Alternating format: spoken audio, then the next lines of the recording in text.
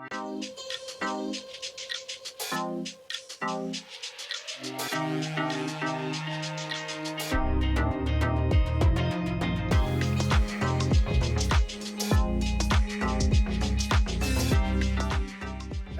and welcome to the Serbian Internet. Today we're going to talk about Lorena Bobbitt and friends. This is one for the ladies. Yes, one for the ladies. Lorena Bobbitt's anniversary of her famous penis chopping escapades happened today. Yeah, June 23rd. 1993. Yes. So happy anniversary, Lorena Bobbitt. And John Bobbitt. He's still alive. To, your escapades that you had so many years ago. It's brought nothing but joy and smiles to millions and millions of people around the world. Wait, no, it didn't do any of that, did it? It was a horrifying experience. I remember when this crap happened. We were talking about it, like, oh my God, you hear what happened to that dude? His wife cut his thing off. Yeah. Remember that? Oh yeah, I remember that. That was all over the news. God damn you, Lorena. What were you thinking? Say compared to other stuff, that was all over the news. That was a big thing. So Lorena Bobbitt, she apparently was Butch's girlfriend in Pulp Fiction, and she wanted to have a potbelly. Oh, you talking Bruce Willis? Oh, yeah, like the Lorena weird... Bobbitt wasn't she the girl that was in Pulp Fiction? It was like, I want to have a pot belly. Oh, like you, what the men have the pot belly, and I want. Remember that's Lorena Bobbitt, right? Am I mistaken? I picked up the knife and I went back to the bedroom. I took the sheets off and I got him. But on a woman, a pot belly is very sexy. The rest of you is normal face, normal legs, normal hips, normal ass. Is that not Lorena Bobbitt? Because I'm pretty sure that's Lorena Bobbitt. She's similar to that person. The similar meaning it is. Yeah, if you say so. Sure. It is. Okay, so Lorena Bobbitt is the girl in Pulp Fiction. This Butch's girlfriend. What did John Bobbitt say? John Bobbitt said he'd been working. This is the incident of that night. He had been working since like 5 or 6 a.m. and then he had left work and he went out with a friend. He already told Lorena we're going to be splitting up. Our marriage is going to end. Okay. But they came home apparently like 4:30 or 5 o'clock in the morning, something like that. So John Wayne Bobbitt was awake for 24 hours, and then he came home and she said that he wanted to have sex with her, but no, he said that he tried to have sex with her, but he drank too much and he was too tired, so he went to sleep. He did say something else though. There is one other thing. I don't remember. So I know you're telling the John part, but this part's important from John's side of the story. John said that, like he was saying, he came home and he's kind of tired and he's all beat from partying and stuff like that. But he said that the girl from Pulp Fiction, Butch's girlfriend, grabbed his junk and started playing around with it. And then he was like, hey, I'm going to sleep. And then she apparently got angry because he wouldn't service her. I don't know anything about that. I'm just saying that's what John Bobbitt said. All right, that wasn't included in the documentary that I saw. So, only like an hour or hour and a half later. Are you playing with yourself right now? They cut it off. I mean, I'm just saying your arm underneath the table. It kind of looks like you might be. I got an itch. This is a family show. So we should avoid. You should avoid touching yourself down there. Yeah. While we're doing the show, I think that's a good rule to establish. While we're doing the show, so don't do it again. Don't do that. Okay. So I'll do it when you're not here. Yeah. So John Bobbitt, he didn't want to have sex. He was tired, and then Lorena Bobbitt raped him. Is that what happened? No, she cut his penis off. So she went from, according to John Bobbitt. Now, Lorena has a different side of the story. Lorena says that she has suffered at his hands for many, many years, right? They got married when she was young. They were both young. He was in the Marines. I think he's in Cuba at Tom Cruise Island or Jack Nicholson Island. That's It's like Guantanamo Bay, Guantanamo right? Bay. Yes. That's I don't know when they got married or where she's from because she's not American. No, She had no family here. She's in from the US. Venezuela. She's from Venezuela, and they met on the set of Pulp Fiction. All right? Yes. So Bruce Willis was like, hey, you need to come by and meet this girl. She wants a potbelly or something. I don't know. Here she is. All right? And that's how so they got introduced at a Marine dance in Cuba. That's where he was stationed, right? Because you wanted him on that wall. You needed him on that wall, okay? So, who's going to protect his penis? You? Yes, right? Lorena Bobbitt says that when they got married, at first everything was fine, but then the abuse started happening, both physical and mental, and you can't go out. Whoa, hang on a second. John Wayne Bob was only arrested like 3 or 4 times for spouse abuse with 2 other wives. So this is probably not true. It's probably a bunch of lies by that Venezuelan. Maybe if there was 5 or 6 other wives that also have the same problem. Yeah, I think John Wayne Bobbitt looks pretty bad in this one, though. I think he's probably guilty of some spouse abuse along the line, all the way through, probably. He didn't come off as a trustworthy guy in the interviews that I saw. He definitely seemed like he was, hey, I don't know what you're talking about. I don't care what she says. That didn't happen. Whatever. Yeah, it's very cut and dry. He didn't say much. Like, it didn't seem like prescripted or anything. Like he thought about what he was going to say. He just knew how not to say anything. Yeah, correct. It was like part of his nature, part of his personality. It didn't give very many details about anything, really. Don't say anything that's going to bury you even deeper in that hole you're already. It just seemed like that's the way he spoke, though. It seemed that that's what his persona was very much like that. I remember her trying to, play with me, but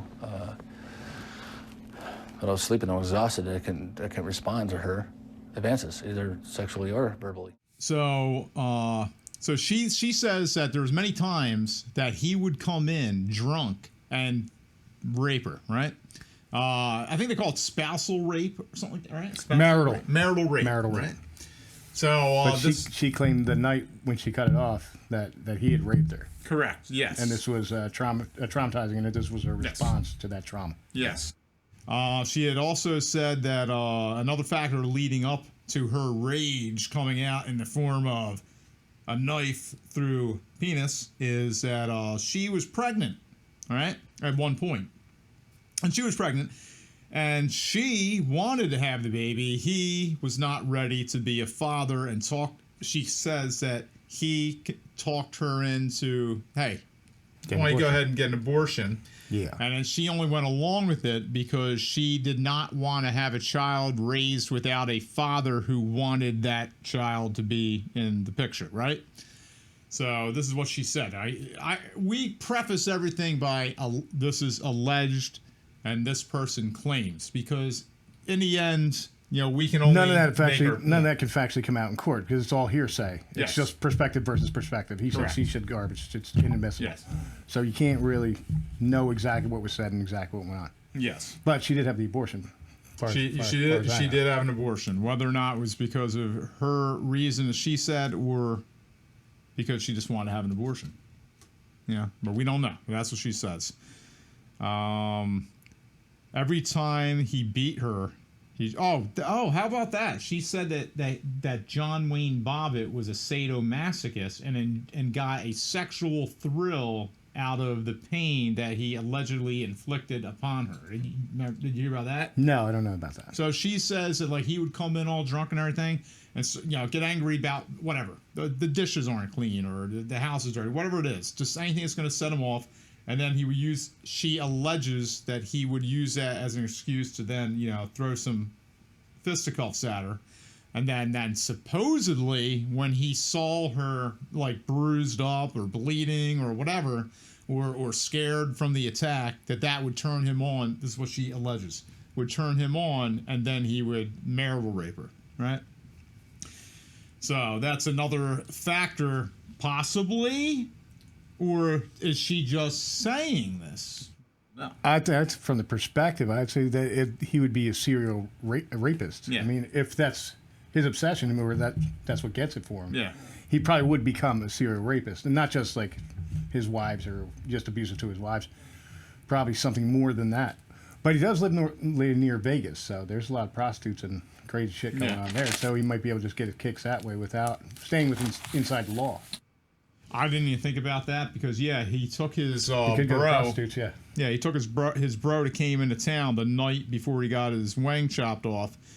His buddy was visiting in Washington D.C. and they went out and did like you said, like an all-night binger. Yeah, from bar to bar.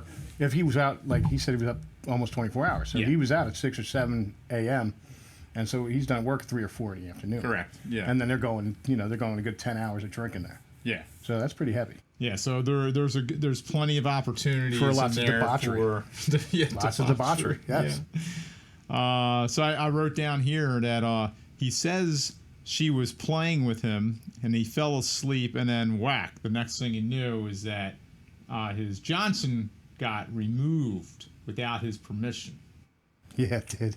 Doesn't that suck when that happens, Van? When you're like, where'd my Johnson go? Somebody removed it with a big knife. And then you're running around like looking for your Johnson. Where is that Johnson at?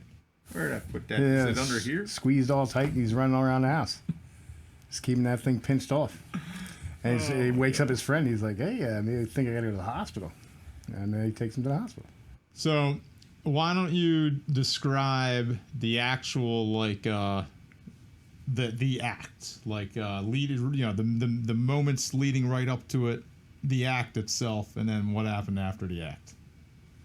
And by the act, talking about the knob lobbing. Talking about chopping. Yeah, but I was trying to say that in a way that wouldn't get YouTube angry at us. Censored? Yeah, right. You can cut it out. Yeah.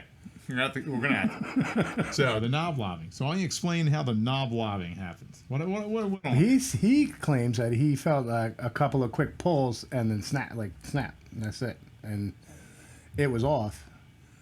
And he runs out of the room. She takes off. She takes off and jumps in her car. She's driving around the road. He goes to his friend to get him to the hospital. She's driving around. Wait. Can you explain to them how come Lorena Bobbitt was unable to make any left or right turns correctly at first? Yeah, I'm surprised you know about that. Why was it that she found it hard to turn the steering wheel? It was hard to hold a knob in one hand and a knife in the other hand and drive. So it's difficult. So she's like, well, I only need one of these. So she threw the penis out the window. In her left hand, she has the penis. In her right hand, she has the knife. The things I remember was I took a glass of water and then I found myself in the street with a penis in one hand and a knife in the other. And so, yeah, that happens. I mean, I'm telling you. It happens. She's like, fuck that thing. But the thing is that penis, it's way better than other penises. Because it goes out the window and then it gets found and then it gets sewed back on and gets used again and it gets put in another lady on camera, on video, in porn movies. That did happen, by the way, because he made a series of porn. The first one was called Uncut. Yes. Right? That was the big one. That's a good one. And he looked like, I almost said Mickey Rourke. Not Mickey Rourke, I apologize. Spacing out, Goodfellas. Ray Liotta? Ray Liotta. So in his post-castration days, or then he got a retouch, whatever, but after the event. So ADC, after blank chop, right? So ADC. He looked like Ray Liotta.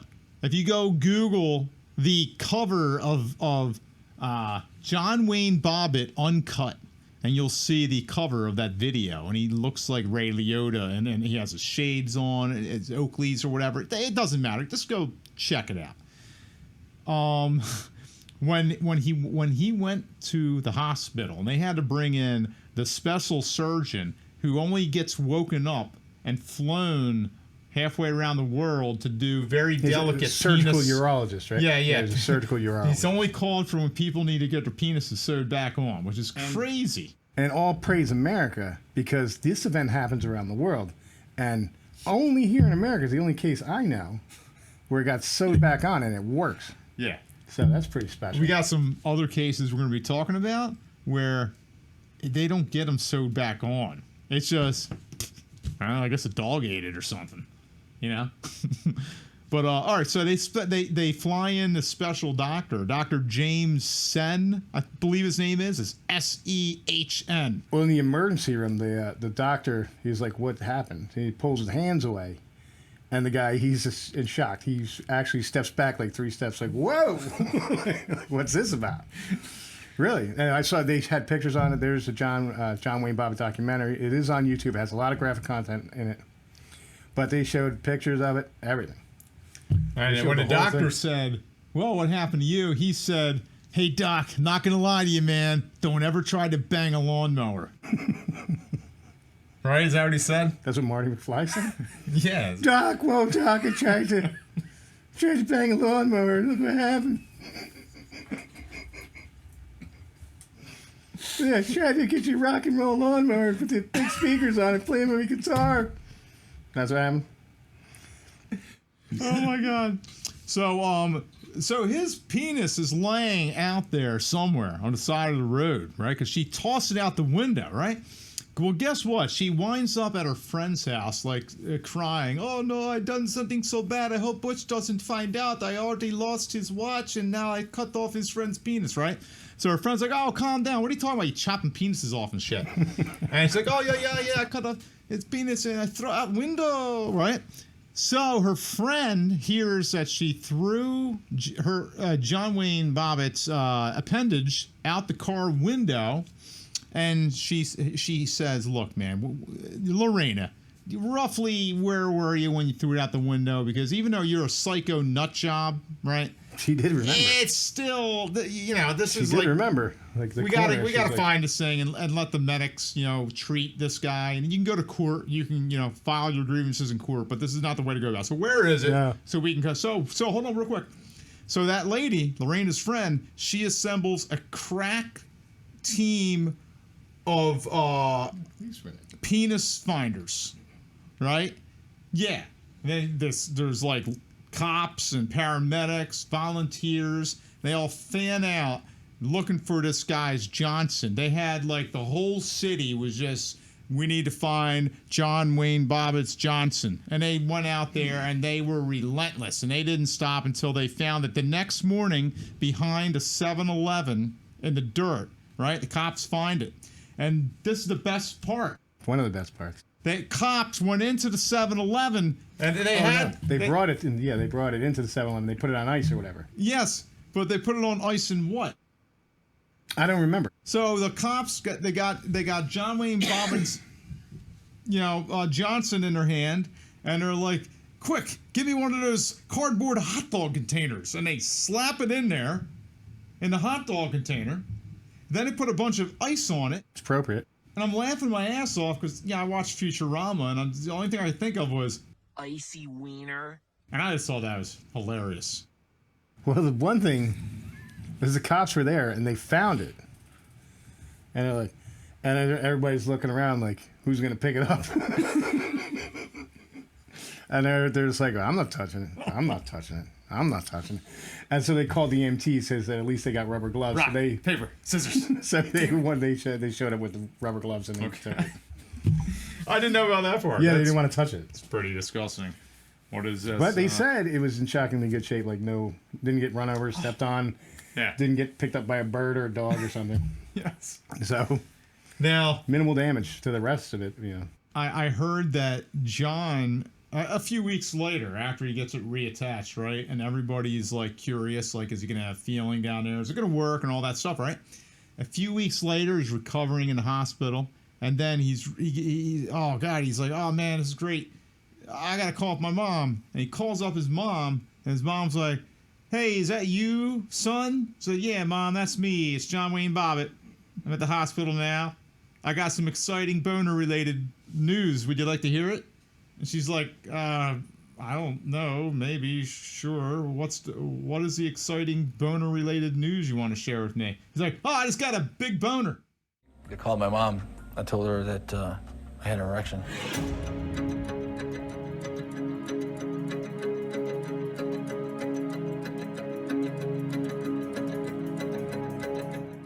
I remember something like that.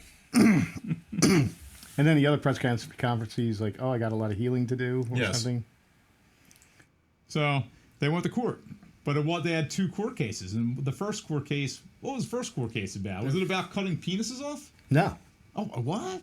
The first court case was about the accusation that he had, the marital rape accusation. And so he went to jail for that, right? No. Wait, what? Wait, what? He was acquitted of that.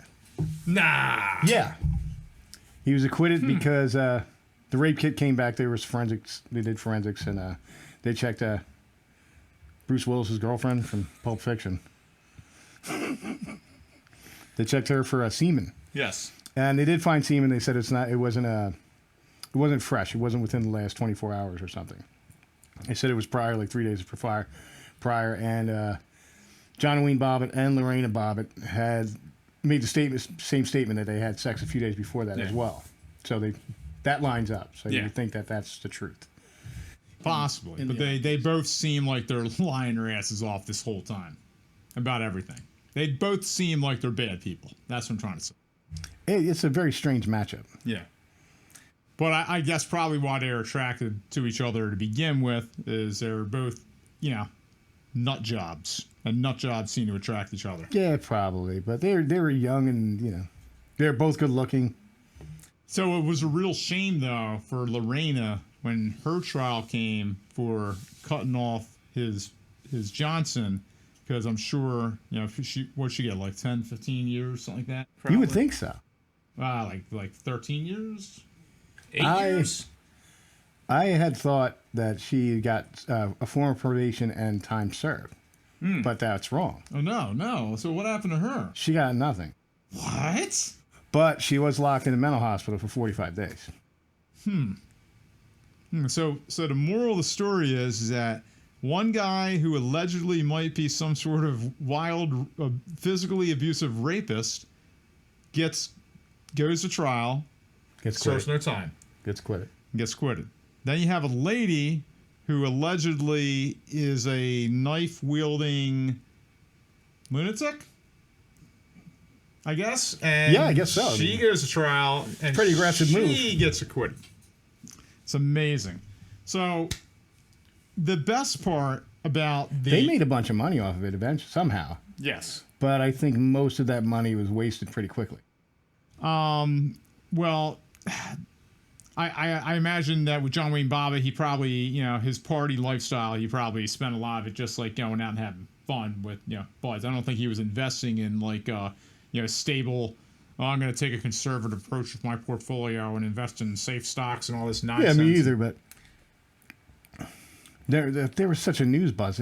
Lorena Bobbitt was on, she had to be on at least 3 channels, 3 different interviews. Yes. Yeah, at least. All the major networks, ABC, NBC, CBS. And she did do a lot of crying, and oh yeah, just so we know, like where I stand on the whole crying in the interviews thing is like whenever you see like a high profile case, a kidnapping, a murder, a weird mutilation story like this, spousal mutilation, whatever. The point is this: once you start seeing the crying of the participants who may or may not be the perpetrators of the crime, right? So, for example, in Colorado, John Benet Ramsey's parents, the little girl, was found dead. First, she was reported missing, right? And then she's found dead, right? And then the parents are on TV. That's one of my favorite ones. That's one of the ones that intrigues me. Yeah. That's one of the ones with the weird things where they didn't find anybody, and I'm always interested in that story. Yeah. But when the parents are going on TV, and when the Ramseys are on TV, sitting there crying their hearts out about this, it didn't, for me, I didn't watch it and go, oh, I believe them. I think that they're completely innocent and not complicit or not covering this up or none of that. No, I'm sitting there looking at them like, what? This is some shady stuff, man. And Lorena Bobbitt came off, well, they both did. Lorena Bobbitt and John Wayne Bobbitt, to me, came off very shady in their interviews that they gave, trying to explain away the different allegations against each of them. John Wayne kept shrugging off the rape accusations and physical violence by saying things like, well, yes, I hit her before, but it was only when she hit me, see? So she would hit me and then I would hit her, kind of like, hey, you like how that feels? So he would always try to excuse the allegations by saying, but she did it first. Yeah, and I only did it the way she did it, no worse. Yeah, you got to remember that John Wayne Bobbitt's 6'2", about 180, 185. Yeah. Lorena Bobbitt was 92 pounds. Yes. That's like a small child. So, a quarter of a century later, if you're good at math, it's whatever 1993 plus 25. So 93, 2003, 2013 plus 5, 2018. In 2018, Lorena Bobbitt was doing a few talk shows. One of the talk shows she went on was Steve Harvey, otherwise known as the funniest man who ever lived. Or am I thinking of somebody else? That gets thrown around, but I think it's been used for Steve Harvey. So the funniest man who ever lived, Steve Harvey, he's got a talk show, and he's one of the kings of comedy. He is one of the kings of comedy. D.L. Yes. Hughley and a couple others. So he's got Lorena Bobbitt on there, and when she comes out, she gets cheered by the audience as if it was as if it's daytime TV.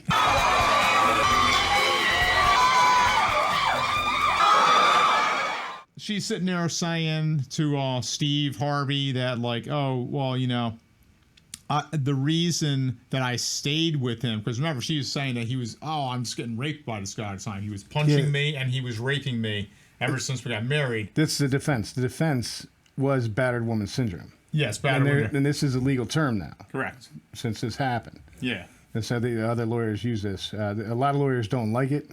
Yeah. Because it gives no accountability to the woman. They didn't avoid any of the situation. They didn't leave the home. They stayed there and things like that. That gives them no accountability. They didn't call the police. They didn't use any other options. They said the revenge should not be your first option. That's what the attorney was saying. Which I agree with to an extent. Yeah, so it could be true. But she told Steve Harvey that she had no support network because her friends and family were all back in Venezuela, and that so therefore she felt she had no choice but to stay with the abusive relationship. As a man, I guess it's just weird to try to think like that. But I guess if you're a woman, it's a different story. It's everything. Everything is relative to who you are and what your worldview is. So as a man, it's hard for me to identify with that thought process and say, oh, yes, I guess I'll just have to stay in this abusive relationship. I guess I'm thinking of it as, well, I don't see what the big deal is. Can't you just leave? But, okay. So her family is in Venezuela. Her friends are in Venezuela. And she felt like she was trapped in that marriage. So unfortunately, this is the end result, was everything that we discussed. The attack, the alleged attack by him on her that night, and then the alleged retaliation with the knife on him by her that night, right? Yeah. The other thing about the Steve Harvey audience and Steve Harvey himself is that when they started discussing, Steve Harvey's like, well, why don't you tell me about when you chopped it off and what was that like or whatever. The audience is laughing their asses off, like, you go, girl, you chop that thing off and stuff, you know what I mean? Steve Harvey, on the other hand, he's like feeling so uncomfortable. It was hilarious. He's like, ooh, ooh, ooh, and he just felt like he was so uncomfortable to be anywhere near her, at least for like a minute. And it was probably just an act, but it was hilarious. But then Steve Harvey took the opportunity to turn it into like this huge, like he was doing his open mic night at the Comedy Stop or something like that. He got up and he's dancing around. He's doing all these like castration jokes and oh my God, I can't believe that. Oh man, oh oh, my Johnson, oh, just like, and the audience is just laughing their asses off. Lorena Bobbitt's laughing her asses off, and it's just like, Oh, my Johnson. yeah. And I'm like, what is going on with Steve Harvey? But anyway, that's all I got for Lorena Bobbitt. So why don't you tell me about the double whammy? Well, the double whammy is this lady. She cuts off, I believe it was her husband's penis, right? And he was, apparently he was cheating. So she cut his penis off. And he gets to the hospital, and they sew it back on. Miraculously, Yeah. he gets to the hospital, and just by the good grace of God, they were able to reattach. Yes. Right? Yes. So he had a bad day, but it looks like, okay, the worst is behind. Now we're just going to heal. Things can only get better. We hope, right? Yeah. So he's busy resting in the hospital. He's probably asleep. It's after That surgery. is what happened. And what happens? She sneaks in. She sneaks into the hospital. They described it as her sneaking in, which I don't know. I don't know what that means. Maybe she snuck into post surgery, like the post surgery area where no one really goes. He was definitely resting up after the reattachment surgery for sure. And she showed up and cut it off again. Yes, and then he woke up because it was such a sharp pain that it woke him out of his post-surgical slumber. And then what did he do when he woke up and realized that crazy lady had once again cut his off, that he just got reattached? What did he? He chased her down out of the hospital. Yes. He chased her down out of the hospital and naked. And beat her in the street. Yeah. He was beating her in the street, and the staff of the hospital came out and stopped him from beating her. And then she was given treatment after that at the same hospital. Yeah. And then the worst part about the story is that they were unable to find this guy's Johnson For the second time. The second time. And then the local authorities said that they feel that a wild dog or cat most likely ate it. So he completely lost the lottery that day, right? He won the lottery, he lost the lottery, then he won the lottery, then he lost the lottery for sure. And then he was told no more lottery tickets for you, right? So that poor guy, I want to say that was in Thailand for some reason. I want to say it was Thailand. Does that sound about right? Yeah, it does. So I got Catherine Q. Becker. This was hilarious. Okay, so this happened in a place called Garden Grove. Now, I saw this on YouTube, and it was a news report. So somewheres in America, any town, USA, right? Okay, so the best part, well, the part that had me laughing was the reporter. So the reporter gets handed the story. Hey, Vanessa, I need to go run down to Garden Grove and cover this story. It's kind of like a Lorena Bobbitt angle, right? Are you serious? Some lady cut off her husband's Johnson? Yeah. Go cover that story. So this lady reporter, she goes down there, and then she decides that she's just going to keep saying the phrase 10-inch penis over and over and over again. When her husband passed out, she tied him to their bed, allegedly cut off his 10-inch penis with a kitchen knife, placed his 10-inch penis in the garbage disposal, and turned it on. Okay?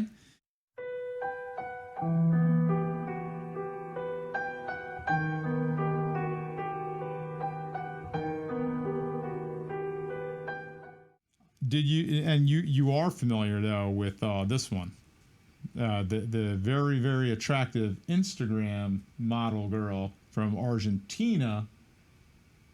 I'm not sure. So Brenda Baratini, okay, she's very attractive. She's I think 26 years old, and she got angry at her boyfriend for the usual reasons that these ladies are getting angry and chopping off wieners, is because, you're cheating on me, for the most part. Infidelity. That's what it is. Infidelity. Right?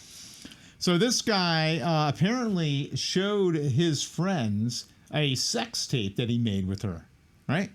And she didn't like that, so she figured the only rational thing to do would be to chop his penis off with some garden shears. Oh, yeah. While he was sleeping. Yeah, I saw the pictures of that. Right.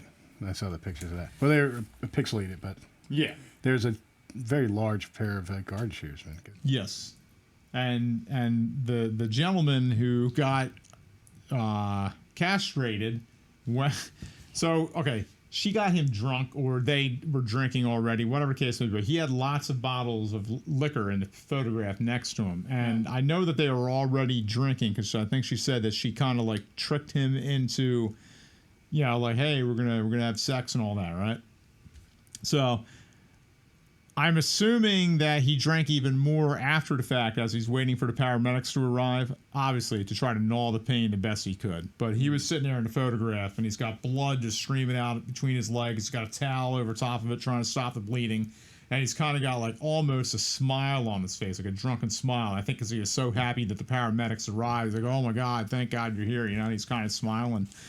But she claimed that she's not a bad person, because she called the paramedics after she did this. So that's good. So we're even Stevens now. Right? Negates everything. Yeah. Right? Well, I called somebody to fix it. Yeah. I broke the toilet. I called a plumber. Yes. I'm like, no, we got to grow a whole new toilet. I got to use some stem cells and... She also said that she's afraid of blood, which explains why she used garden shears, which are extremely dull. They're not the sharpest things in the world. So there's going to be a lot of blood. It's not going to be a nice clean cut, It's going to be like a very messy cut. It's going to grab the skin and rip skin and all that stuff. But it keeps a distance away. It does. You can cut it from further away. You know what? So maybe she is afraid of blood. That does make sense. Oh my God! See, so she snuck into the house early in the morning while the guy was sleeping. So I might have had my stories crossed with another episode where the lady gets him drunk and then seduces him, but she snuck in while this guy was sleeping, and then she did the act. Gonna go to Brazil. Allegedly, there was an uncle who was trying to rape his 20-year-old niece. All right, so she fought him off. They were drinking, by the way. So she was in a drunken state, fought him off, and then she made it back to her house, right? Her boyfriend's there, and her cousin's there. And they're hanging out. They're like, yo, what's going on? You seem upset and all that stuff. She says, yo, Uncle so-and-so just tried to rape me, right? So the two guys, her boyfriend and then her cousin, they hatched this scheme. They're like, all right, you know what? We're supposed to do some work with with our uncle tomorrow. They had some thing where they castrate pigs. That's their job, right? Or maybe they're pig farmers or whatever. But they had to go castrate pigs the next day. So they told their uncle to meet them out in the field at a certain location, right, where all the pigs were. So the uncle meets him out there, and they beat the living daylights out of him. And then they cut off his junk, right? Then they tossed it over where the pigs were to let the pigs eat it, okay? Oh, and they also gave the pigs his testicles as well. So it wasn't just his Johnson; it was his the whole meat and balls potatoes. and tackles. That how his balls and tackle. How's it go? How's the saying go? And rod and tackle. Yeah. How's it go? Is it? I think so. I think it's rod and I was tackle. thinking like Austin Powers. Twigs and berries. Twigs and berries. They tossed the pig his twigs and berries, and they just lapped it up, right? Yeah. So the uncle woke up, and he was, he had blood all over himself. He's in the middle of the field with a bunch of pigs who are now like got the taste for Johnsons, but and testicles, but there's no more Johnsons and testicles to eat. So he manages to crawl back to his house, right? He gets the ambulance over there, and they take him to the hospital, and they're able to rebuild his urinary tract only so he could pee. That's it, right? Then... It's pretty sad. Yeah. The rape went unreported.